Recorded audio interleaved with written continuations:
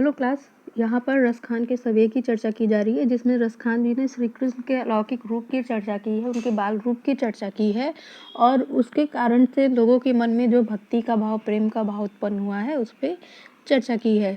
तो जहाँ हम लोगों ने कल के 2 पदों में जाना कि रसखान जी अपना जो जन्म है वो ब्रजभूमि में ही चाहते हैं, ताकि किसी भी प्रकार से उन्हें श्री कृष्ण का सानिध्य और आश्रय प्राप्त हो। वहीं दूसरे दोहे में हमें पता चलता है कि दूसरे दोहे में वो श्री कृष्ण का प्रेम प्राप्त करने के लिए, श्री कृष्ण के आश्रय में रहने के लिए संसार के सारी मोह माया को त्याग देना चाहते हैं, सारे सुख को वो त्याग देना चाहते हैं, क्योंकि श्री कृष्ण स्वयं ही सुखों का एक अंबार है। वो श्री कृष्ण स्वयं ही सुखों का स्रोत है, तो केवल उनके पास रहने से ही अपार सुख प्राप्त होता है। इसलिए रसखान जी किसी भी प्रकार को त्यागने में हिचकते नहीं है, उनके लिए संसार के सुखों का कोई भी मतलब नहीं होता है।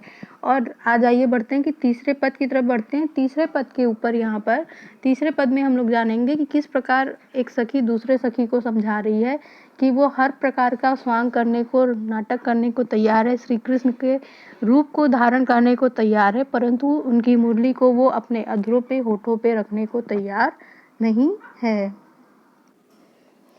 तो आइए देखते हैं। यहाँ एक सखी दूसरे सखी से कह रही है कि मोर पखा सिर ऊपर राखियों, गुंज की माल गले पहनूंगी, ओढ़ पीतम्बर ले लकुटी बन, गोधन ग्वारी संग फिरूंगी। यहाँ पे कह रही है सखी कि हे सखी सुनो कि जिस प्रकार से तुम कह रही हो, मैं श्री कृष्ण का रूप वैसे ही धारण करूंगी। मोर के पंखों को अपने मस्तक पे धारण करूंगी और गुंज की माला को गले में पहनूंगी। ओढ़ पीतम्बर ले लकुटी, और पीतम्बर यानी कि पीला वस्त्र धारण करके, और लकुटी लकड़ी को लेकर वन में गोधन ग्वारी गायों और गोपियों के साथ संग फिरूंगी, साथ में घूमूंगी। तो कह रही यहाँ पर सखी कि हे सखी, जिस प्रकार से श्री कृष्ण मोर के पंखों को धारण करके और पीताम्बर ओढ़कर वनों में घूमते हैं, गुंज की माला धारण करके घूमते हैं, मैं उसी प्रकार का रूप धारण करके तुम्हारे सामने प्रकट होंगी, उसी प्रकार का रूप धारण करके तुमको दिखाऊंगी। भाव तो वो ही मेरो रसखानी, सो तेरे कहे सब स्वांग करूंगी। रसखान जी कह रहे हैं कि अब वो सखी अपनी सखी से कह रही है कि हे सखी, भाव तो वो ही, तुमको जो भाएगा सो कहे तेरे सब स्वांग करूंगी। तुमको जो भाएगा वो तुम्हारे कहने पर मैं सारे नाटक करूंगी। यानी जिस प्रकार से श्री कृष्ण बोलते हैं, चलते हैं, जिस प्रकार से वो वार्तालाप करते हैं, जिस प्रकार से वो रूप अपना धारण करते हैं, जिस प्रकार से प्रेम प्रकट करते हैं, मैं श्री कृष्ण के सारे रूपों को धारण करने को तैयार हूँ, तुम्हें उसी प्रकार के रूप को दिखाने को तैयार हूँ, वैसे ही नाटक करने को तैयार हूँ। परंतु या मुरली मुरलीधर की अधरान धरी अधराना धरूंगी, वो मुरली मुरलीधर की, वो मुरली मुरलीधर यानी श्री कृष्ण की वो मुरली बंसी की अधरान धरी, जो वो अपने अधरों पर रखते हैं, अपने होठों पर रखते हैं।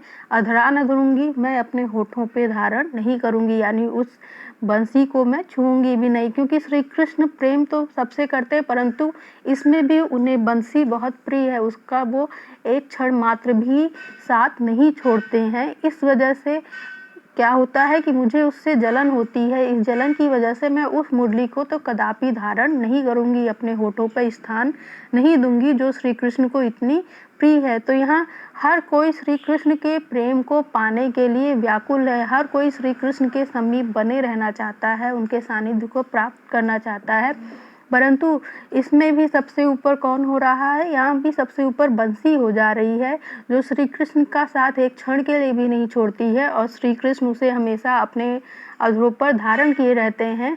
क्यों? क्योंकि उससे निकलने वाली जो धुन होती है वो बहुत ही मोहित होती है। इस वजह से जो गोपियाँ हैं वो मुरली को धारण करना नहीं चाहती हैं।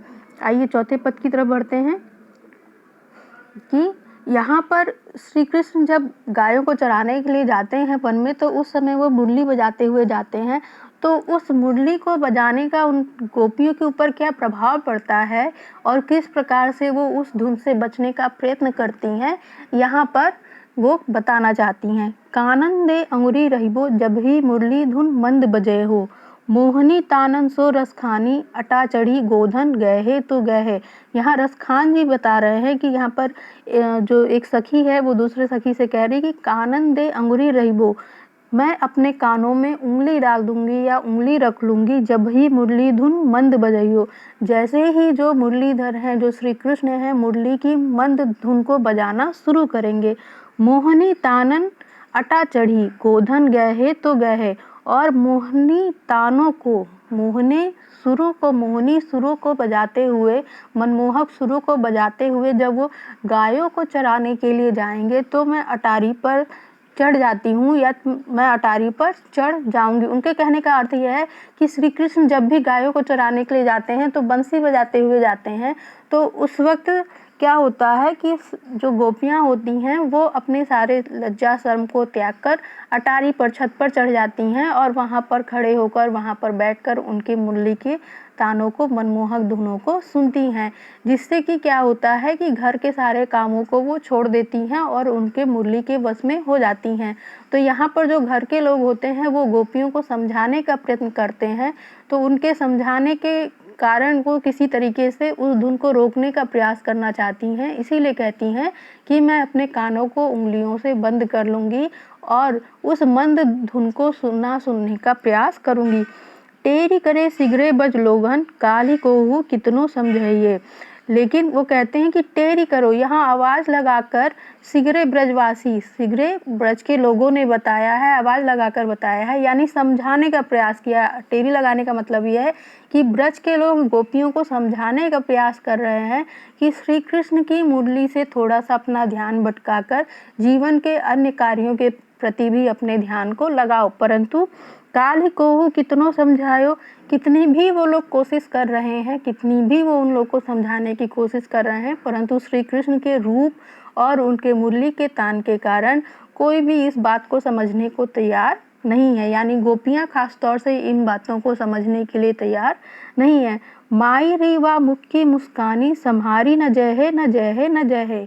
तो यहाँ पर वो सखी कह रही है कि हे सखी सुनो, उस मुख की मुस्कान, ये यानी श्री कृष्ण की जो मुख की मुस्कान है वो इतनी मोहक है, इतनी प्यारी है कि उसे संभाला ही नहीं जाता है। किस प्रकार से ये जो ब्रज के लोग हैं, ये जो बड़े लोग हैं, बुजुर्ग लोग हैं, हम लोगों को समझाने का प्रयत्न कर रहे हैं, परंतु खुद भी वो लोग श्री कृष्ण के प्रेम आकर्षण में बनते चले जाते हैं। जब वो लोग खुद को प्रेम के आकर्षण से, श्री कृष्ण के आकर्षण से नहीं बचा सकते, तो हम लोग तो गोपियाँ हैं जो कि श्री कृष्ण के प्रेम में पूरी तरीके से मंत्रमुग्ध हो चुकी हैं, उनसे पूरी तरीके से बन चुकी हैं। तो हमारे लिए तो श्री कृष्ण के प्रेम से बचना बहुत ही मुश्किल है। तो यहाँ पर कहने का अर्थ है कि ये श्री कृष्ण का रूप, आकर्षण, प्रेम, उनके क्रियाकलाप, उनके जितने कार्य करने के ढंग है, उनकी बातचीत, उनमें किसी न किसी प्रकार का इस प्रकार का जादू रहता था कि गोपियाँ जो होती थी या ब्रजवासी जो होते थे वो उनके समीप जाने से खुद को भी रोक नहीं पाते थे। और अगर देखा जाए, श्री कृष्ण के जीवन को देखा जाए तो उनका बचपन जितना मनमोहक रहा है, उनका बचपन की जितने क्रियाकलाप, खेल हैं, उन सबको देखा जाए तो पढ़ने से ही मन में प्रसन्नता उत्पन्न हो जाती है। तो जिन लोगों ने साक्षात उनके साथ समय बिताया होगा या जिन लोगों ने साक्षात उनके दर्शन किए होंगे, उनके लिए इस आनंद को प्राप्त करना एक बहुत बड़ी बात होगी। और उस अनुभूति की प्राप्ति हम किस प्रकार करते हैं? इन्हीं प्रकार की कविताओं को, रचनाओं को सुनकर या पढ़कर। तो यहाँ पर रसखान जी ने अपने कल्पना के माध्यम से हमें श्री कृष्ण के इन अलौकिक रूपों से परिचित कराया है। और आज श्री कृष्ण जन्माष्टमी है, तो इसके लिए सभी को बधाई क्लास। हैप्पी श्री कृष्ण जन्माष्टमी।